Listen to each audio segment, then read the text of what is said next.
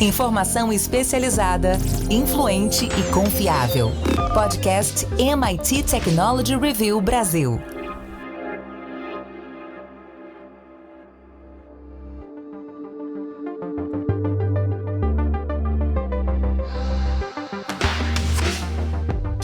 Olá, eu sou André Miceli e esse é mais um podcast da MIT Technology Review Brasil. Hoje, eu, Rafael Coimbra e Carlos Aros vamos falar sobre as mentes das máquinas e o grande enigma que vem se tornando a consciência, a possibilidade de consciência da inteligência artificial. Tem filósofos, cientistas cognitivos, engenheiros, enfim, muita gente tentando entender o que seria necessário para que a IA se tornasse consciente, ou para que ela se torne consciente. Nós, por aqui, vamos ajudar nesse processo de reflexão. A gente quer ouvir a sua opinião também. Comenta nas nossas redes sociais, nos posts desse podcast, de que forma a inteligência artificial pode se tornar consciente. Antes da gente começar, eu quero dizer que esse podcast é um oferecimento do SAIS, líder em Analytics, e também te convidar para entrar para a nossa comunidade lá em www.mittechreview.com.br/assine. Aliás, nossa edição mais recente fala sobre um tópico parecido, sobre a inteligência no geral e, claro, toca no tema da inteligência artificial. Rafa, essa evolução extremamente rápida da inteligência artificial, a gente tem presenciado uma aceleração cada vez maior, tem trazido reflexões e possibilidades importantes. Como essa evolução pode afetar as considerações em torno do que é essa consciência artificial, especialmente no que diz respeito aos riscos que a gente acaba correndo de ou subestimar ou superestimar essa habilidade numa IA?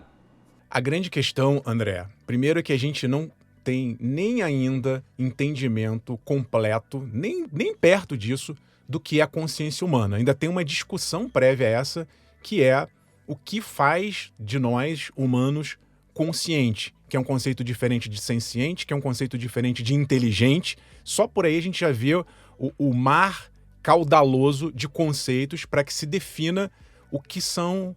o que se passa na nossa mente. Quando a gente vai para a máquina, isso é ainda mais complicado, porque a gente está aqui usando uma linguagem humana, todo mundo que está nos ouvindo está entendendo, de certa forma, o que a gente está falando. Eu consigo, a partir de perguntas e respostas, ter uma noção do que se passa dentro da mente de cada um de nós aqui, porque eu também passo por esse processo. Só que no caso da máquina é mais complicado. Por quê? O que a gente tem hoje, né, vamos pegar aqui um chat GPT da vida, um Bard, uma inteligência artificial generativa dessa, que tem uma linguagem muito parecida com a humana, pelo menos o que entra e o que sai. E, obviamente, essas máquinas foram treinadas por humanos, para se parecerem humanos. Só que a entrada e a saída, elas dão uma impressão do que acontece na máquina. Mas a gente não sabe exatamente o que se passa dentro da máquina. O que eu estou querendo dizer com isso? Vamos pegar o conceito aqui de senciência, né? A gente está sentindo, a máquina consegue sentir, por exemplo, o que está... Ela viu, ela enxergou uma imagem, a gente jogou uma fotografia para ela. Ela processa aquela informação, ok, mas ela sente aquilo nas entranhas dela ali, no chip, na corrente elétrica, como a gente faz no nosso corpo, né? Quando você vê a imagem de um chocolate ou sente o sabor de um chocolate, o seu cérebro, ele emite alguma coisa, mas é como se ele percebesse, ele passa alguma coisa ali que a gente consegue, de alguma forma, medir e entender. No caso da máquina, a gente não consegue saber se aquilo acontece. Então, eu não sei se a gente não sabe se a máquina é senciente, se ela está sentindo a experiência do que ela está processando. 2, tem um outro momento que é o da autoconsciência, que é diferente, porque existem seres mais primitivos que entram e saem sensações e ele está ali quase que num piloto automático, vou simplificar aqui. Mas o ser humano, ele consegue parar para refletir sobre essas sensações. A gente para, a gente especula sobre o futuro, fica remoendo um monte de coisa, fazendo planos, estratégias, etc e tal. E vários seres que sentem não têm essa autoconsciência. Eles simplesmente vão fazendo porque a natureza os fez assim. Então, será que a máquina um dia vai parar e ficar ali meio Descartes, né? Ali no século XVI, XVII, penso, logo existo. Será que a máquina um dia vai ter esse nível de sofisticação? E para completar, como é que a gente vai saber isso? Porque pega uma criança, pega um bebê, né? O bebê ou uma criancinha pequena, antes da linguagem, ela começa a ter ali uma autoconsciência, mas ela ainda não é capaz de nos comunicar que está sentindo, vivenciando aquilo ali. Então, se com o humano já é difícil essa relação, será que a máquina vai conseguir estabelecer algum tipo de linguagem que a gente entenda? É claro que hoje tem a linguagem que a gente colocou ali dentro dela, mas é meio artificial. Será que ela vai ser capaz de gerar algum tipo de linguagem que se comunique com a nossa e ela expresse? Olha só a quantidade de coisas que eu estou colocando aqui, isso é só o basicão. Para dizer que a gente não sabe, né? A grande discussão é: as máquinas vão ter esses poderes e essas capacidades? 2, em tendo esses poderes e capacidades, como muda a nossa relação? Porque eu posso começar a considerar, alguns filmes de ficção científica trazem isso, que a máquina ela vai ter tanto direito de sobreviver quanto um humano. Se ela começar a se relacionar com a gente muito parecido com humano, talvez a gente comece a questionar direito das máquinas, proteção às máquinas. Será que elas estão sentindo... Você não vai saber se ela está sentindo... Ela pode dizer, eu estou sentindo dor. Você vai ter pena da máquina? Então são várias questões que, dependendo desses conceitos, uma vez que a gente consiga entender e formular melhor, a gente vai mudar nossa relação com as máquinas. Aros, nesse processo de mudança da relação com as máquinas e do entendimento sobre essa questão, alguns teóricos sobre a natureza da consciência, como por exemplo os pesquisadores Liad Modric, David Chalmers, têm sido utilizados no sentido de contribuir para o desenvolvimento dos testes, os testes que vão sendo desenvolvidos e aplicados para avaliar a consciência em inteligências artificiais. Dá para usar um teórico da consciência humana nesse processo, porque a gente precisa validar essa aproximação de consciência, ou são necessárias outras réguas para medir algo que é diferente? Essa é a discussão que alcança esses especialistas todos hoje, né? Há quem diga que, de alguma maneira, os resultados que as máquinas alcançaram hoje, e vamos chamar de inteligência, né? Essa inteligência alcançada pelas máquinas, ela foi obtida sem que se estabelecesse esse grau de consciência. O que significa que há um potencial para ampliar essa inteligência por meio de novos recursos, por meio de novas propostas de construção dos algoritmos, mas renunciando, de alguma maneira, a essa consciência.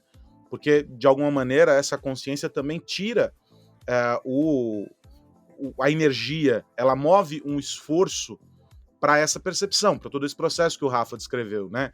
Entender o que se está entendendo, ou sentir, ou experienciar o que se está experimentando, tudo isso exige a distribuição de energia, ou seja, se eu estou focado em desenvolver uma tarefa, ao pensar sobre estar desenvolvendo aquela tarefa, eu já dividi energia, já dividi a atenção, e, portanto, eu estou tirando o pé de uma ação que poderia ter um potencial muito maior se ela fosse isoladamente feita, pensando do ponto de vista da máquina.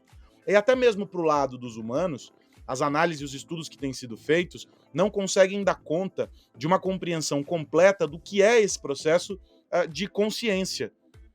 Porque toda vez que se estabelece a análise sobre essas percepções, os resultados mostram algo e mostram resultados diferentes para experiências diferentes, para estímulos diferentes que são oferecidos para o cérebro, mas não se pode extrair nada ainda do que esses indicadores mostram. São apenas imagens de tomografia que geram alguns insights, mas não há um mergulho ainda muito mais profundo sobre aquilo. Então, o grande aspecto hoje a máquina poderia alcançar? Há quem diga que, de alguma maneira, sim. não no caminho que está sendo percorrido hoje. A jornada é muito mais longa porque há dúvidas, inclusive, sobre o aspecto humano dessa compreensão do que é a autoconsciência e etc. Mas há também quem diga que talvez não seja a consciência o grande trunfo para essa evolução para um nível maior ou para o próximo grau de inteligência que a IA vai alcançar. E aí a discussão se dá no âmbito do que se quer. Nós queremos que a máquina seja consciente, a gente vai entender como é que o nosso cérebro funciona de dentro para fora, vai entender como a IA funciona de dentro para fora, e a partir daí a gente vai ser capaz de estabelecer o que é a consciência ou não, e entender se nesse processo de construção da IA há elementos suficientes para manter essa consciência, ou que seria talvez uma consciência artificial, já que a inteligência aí nesse caso também é artificial. Mas esse é um processo desafiador e que não está sendo contemplado na plenitude pelos reguladores, pelas discussões hoje em andamento. E esse é um ponto muito bom que vocês trazem aqui, porque enquanto estivermos regulando uma máquina, é como se a gente estivesse fazendo o código de trânsito. O carro pode isso, pode aquilo, o caminhão pode isso, pode aquilo, operado por um humano sob a responsabilização de um humano. A partir do momento em que se determina que existe a consciência ali, que aquela inteligência ela é dotada também de uma autopercepção, de um entendimento maior sobre as ações que estão sendo executadas, a lei é outra. Eu vou impor a regra sobre o humano que deu a ordem ou sobre a máquina que executou, sendo capaz de perceber que aquilo era uma violação. Então, de alguma maneira, enquanto a gente discute isso no campo da neurociência e até, de alguma maneira, da filosofia, porque a busca sobre o que é essa consciência até dentro da percepção do indivíduo, ou seja, primeiro a gente olha para o ser humano, para depois a gente tentar mimetizar e encontrar um espelho daquilo na máquina.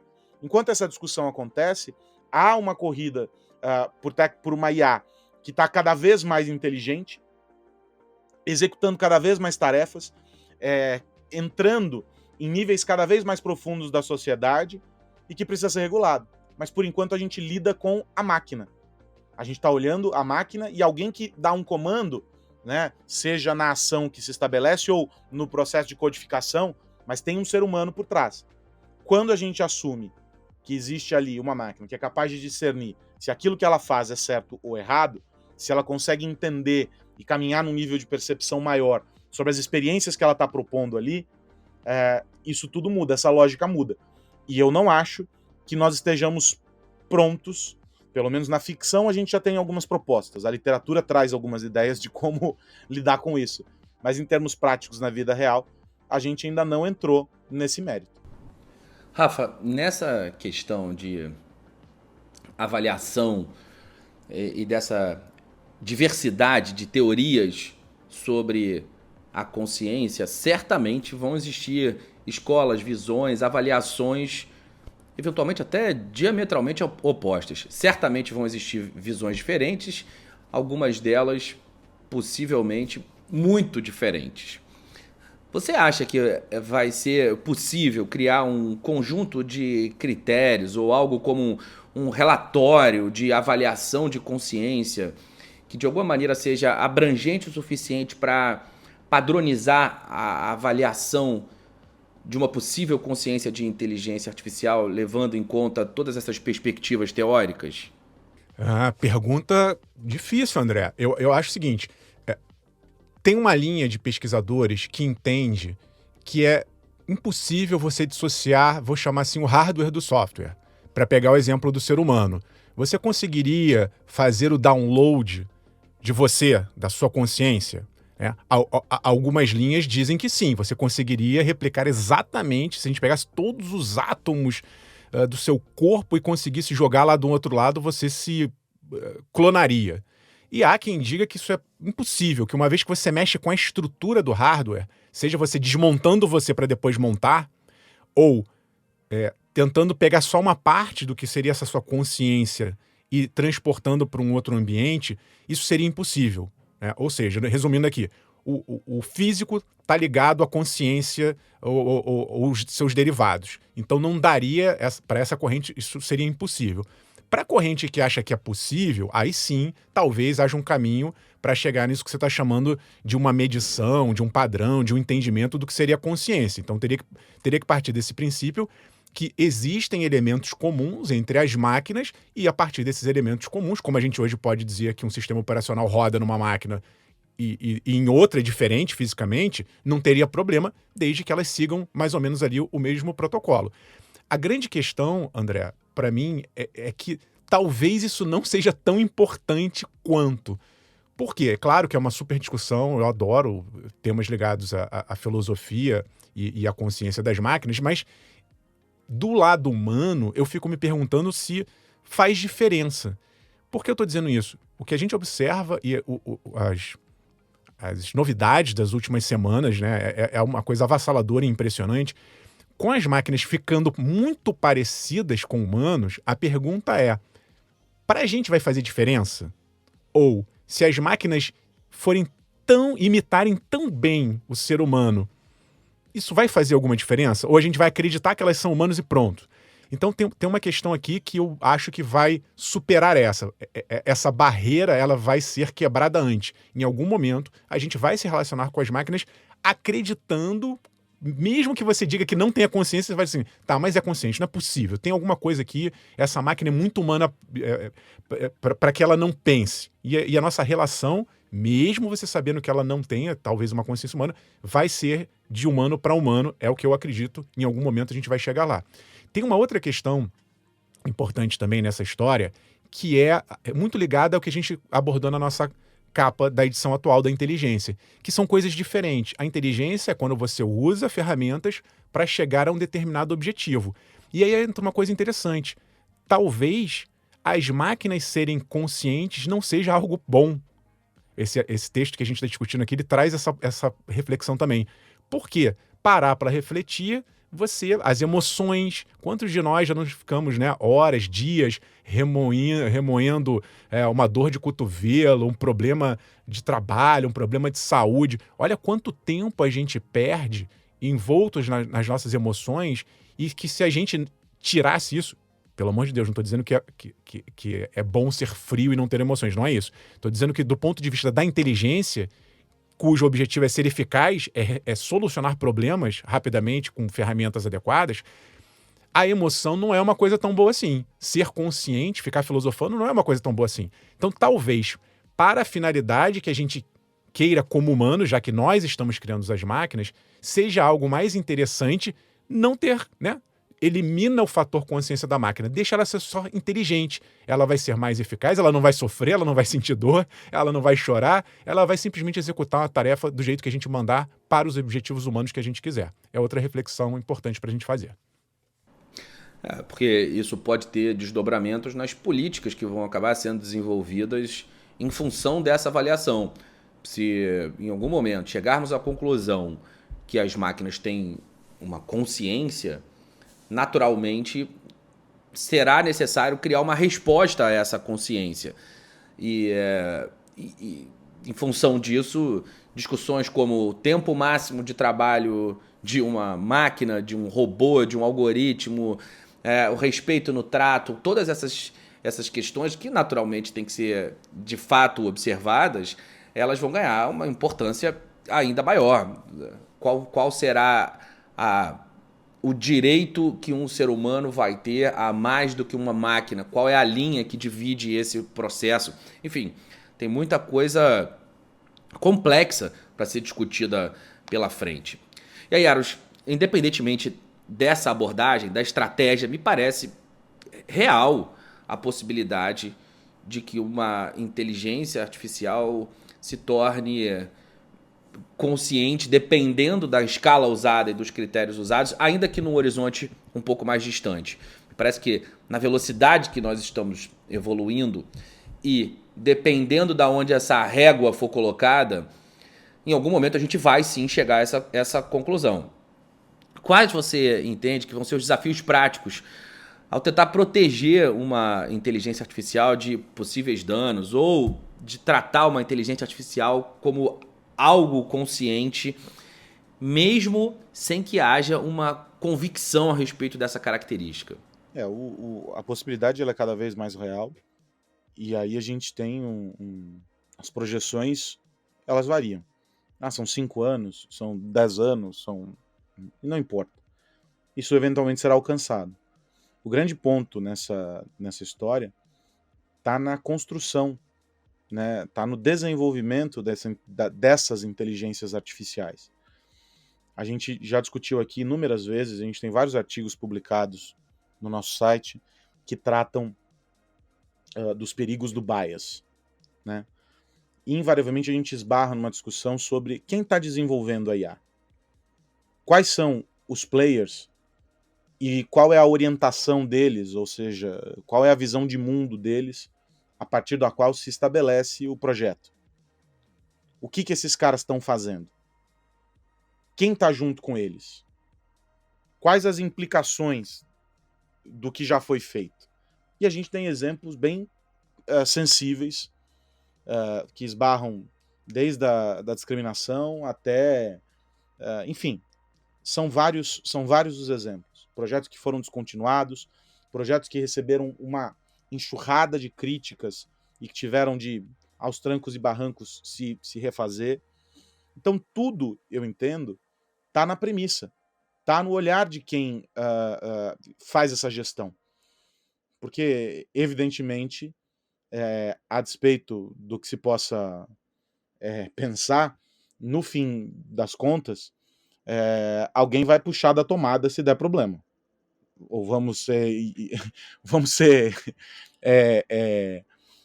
inocentes de entender que se algo caminhar da maneira como não se espera, não tem um botão de pânico. Então a gente precisa entender qual é a finalidade disso tudo. Não só do ponto de vista dessa questão da autoconsciência ou das percepções, né? Mas a finalidade do desenvolvimento dessa tecnologia. E essa tecnologia IA com caixa alta e tudo que ela abraça como conceito. E aí entender a usabilidade disso, quem está se beneficiando, como conectar isso. E aí é o que você falou, é como a gente vai conectar políticas públicas, como a gente vai olhar os interesses comerciais, como a gente pensa o envolvimento da sociedade nesse processo, mas a premissa me parece ser a do desenvolvimento. Todos os exemplos que são citados pelos pesquisadores fazem parte de grandes grupos, né? Invariavelmente a gente vai ouvir falar da OpenAI, invariavelmente a gente vai ouvir falar do Google, e aí a gente fica nessa história de, poxa, tá tudo concentrado ali, o que tem ali dentro? Para onde a gente vai caminhar? Então, de alguma maneira, o grande risco está na concentração de um desenvolvimento tecnológico sem um olhar macro, sem um olhar universal sobre a questão. Pode parecer utópico projetar algo que vá alcançar todo mundo, impactar todo mundo da mesma maneira, é utópico. Mas deveria haver um olhar muito mais amplo para a gente não esbarrar em problemas e em questões que são sensíveis. E aí tem um outro porém aqui. A gente está falando de uma realidade que alcança parte da população. À medida que isso acelera, a gente começa a criar um gap ainda maior. Ou seja, nós estamos dividindo o mundo a partir desse desenvolvimento. Nós vamos ter uma sociedade que, se tudo caminhar bem, uma parcela, se tudo caminhar bem, se beneficiará profundamente dessa evolução, seja da consciência da máquina e etc, etc, etc. E uma outra parcela com um interface, um contato mínimo com tudo isso. E aí a gente cria castas, a gente vai criar grupos, ou seja, também se dá na distribuição e no acesso dessa tecnologia para fazer com que ela alcance a sociedade e entenda também, nesse processo de aprendizado, todas as nuances. Então, é uma longa jornada. E ela traz desafios, e os desafios, quase todos eles, estão conectados ao aspecto social, que é o impacto sobre o indivíduo. E isso precisa ser pensado pelas pessoas, fora desses grandes núcleos de pesquisa, pelas pessoas que estão dentro desses grandes núcleos de pesquisa, pelos reguladores, ou seja, é uma longa discussão. Eu talvez hoje tenha acordado num dia um tanto quanto pessimista, Estou vendo os copos todos meio vazios. Mas eu não acho que nós, hoje, novembro de 2023, estejamos maduros para essa conversa. Eu também não acho, mas é um tema inevitável, assim como a própria evolução. E eu tenho a sensação de que ainda falaremos muito sobre esse assunto aqui. É fascinante entender e observar como essas questões vão mudando. Olhando a 70, 60 anos atrás, com para o início dessa história, os testes de Turing, a computação pessoal, a computação quântica evoluindo em paralelo, e agora toda essa discussão de inteligência artificial e consciência artificial é realmente um nível de complexidade que vai se adicionando à discussão, que é inevitável que essa reflexão seja feita para que a gente dê os próximos passos de uma forma inteligente, acima de tudo. O que mais você precisa saber? É isso, vamos virar a chave. E aí eu pergunto pro Rafa Coimbra: Rafa, no que você vai ficar de olho essa semana? André, essa semana estou de olho no Web Summit, um dos maiores eventos de tecnologia, inovação, negócios do mundo. Acontece em Lisboa. Nós da MIT Technology Review Brasil estaremos acompanhando o evento no local, estaremos em Lisboa. A gente está gravando aqui pouco tempo antes de embarcar, e é um evento que tem uma magnitude absurda, né? São esperados cerca de 70 mil participantes de 160 países. Tem uma pegada muito forte de startups. Então, 2.600 startups, é um recorde de startups participantes no evento esse ano, com um detalhe muito legal: mais ou menos ali 30% dessas startups têm como fundadores mulheres. Isso é um feito também importante, inédito. Vai ter uma representação muito forte das mulheres nesse mercado que ainda é muito concentrado por homens. Então vai ter discussão, vai ter rodadas de investimento, vai ter pitch. A gente vai estar acompanhando essa parte, não só das pequenas, também das grandes empresas. Vou dar um exemplo aqui: o Kuo Zhang, que é o CEO da Alibaba.com, vai estar lá palestrando. Vai ter uma parte muito interessante também sobre inteligência artificial, é claro, ligada a temas, inclusive, discutidos aqui pela gente hoje. E aí vou citar aqui 2 exemplos, né? Vai estar o Jim Wales, o fundador da Wikipedia, vai estar falando sobre inteligência artificial. A CEO do Signal, a Meredith Whittaker, também estará falando sobre IA. E para fechar, um destaque aqui interessante de eixos, vai ter muita discussão sobre sustentabilidade, transição energética. Grandes empresas de energia vão estar presentes lá. Tem a Melanie Nakagawa, que é a chefe de sustentabilidade da Microsoft. Eu acho que vai ser um super evento com questões super atuais, com essa pegada de mercado. Quem está metendo a mão na massa, quem está fazendo, desde grandes empresas a quem está chegando agora, querendo inovar, querendo empreender. E nós estaremos acompanhando tudo de perto e relatando os destaques ao longo dessa semana nas nossas redes sociais. E você, Carlos Aros? Eu estou ainda debruçado sobre os números da PNAD, né, Pesquisa Nacional por Amostra de Domicílios, e que versam sobre tecnologia referente ao ano passado. O IBGE começou a divulgar os dados, e algumas coisas chamam a atenção. Por exemplo, o fato de que ainda há alguns milhões, quase 6 milhões, mais de 6 milhões de casas que não têm internet aqui no Brasil.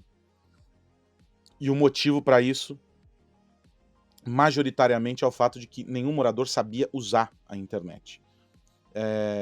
Outros dados são interessantes, como, por exemplo, o crescimento da banda larga, a presença cada vez maior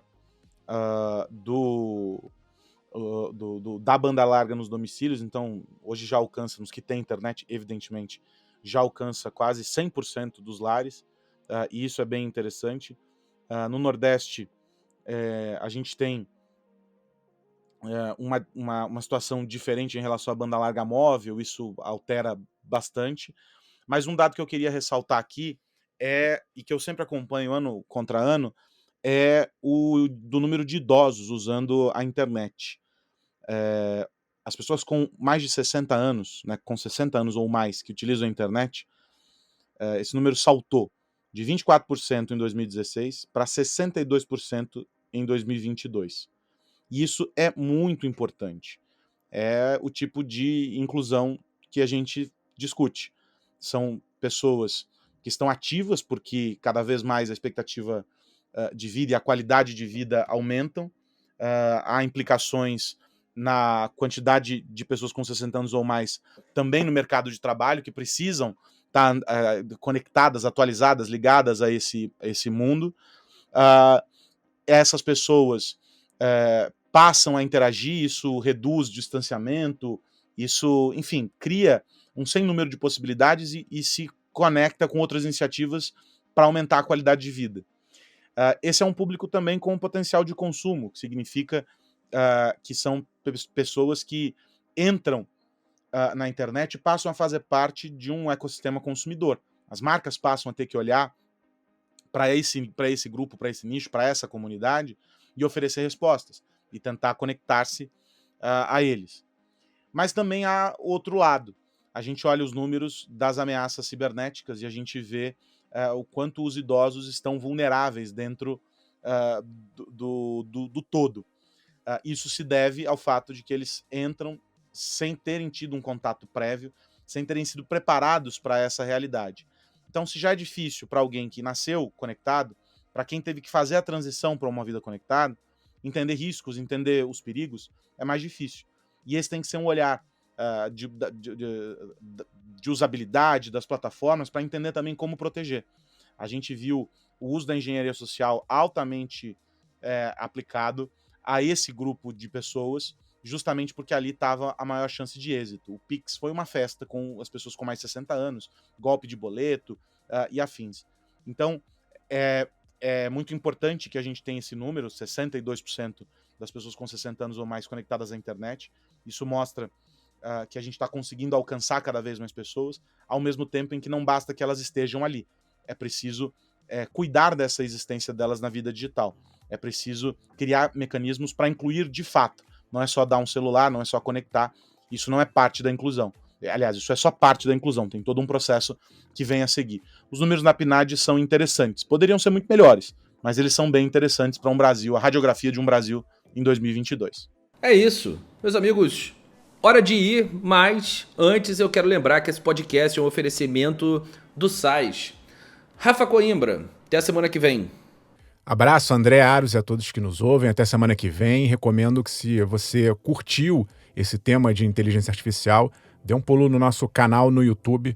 Essa semana a gente está falando ali de só três grandes novidades que apareceram essa semana no campo da inteligência artificial e que prometem mudar aí os rumos desse campo. Até semana que vem. Carlos Aros, a gente se encontra na próxima semana. A gente estará aqui juntos neste podcast na semana que vem, mas o convite para que você esteja conectado a nós, você que nos ouve, esteja conectado a nós ao longo de todos os dias, não só enquanto aguarda o próximo episódio. É só acessar o nosso site, é só acessar MIT Tech Review BR nas redes sociais e ficar ligado em tudo que a gente produz. Tem muita informação, tem muita análise, todo dia, o tempo todo. E a gente se encontra aqui na semana que vem. Um grande abraço para você, André Miceli, para o Rafa e para quem nos acompanha. É isso, semana que vem tem mais podcast da MIT Technology Review Brasil aqui pra gente falar sobre tecnologia, negócios e sociedade. Um grande abraço para você que nos ouve e até lá. Você ouviu o podcast MIT Technology Review Brasil, apresentado por Tech Institute.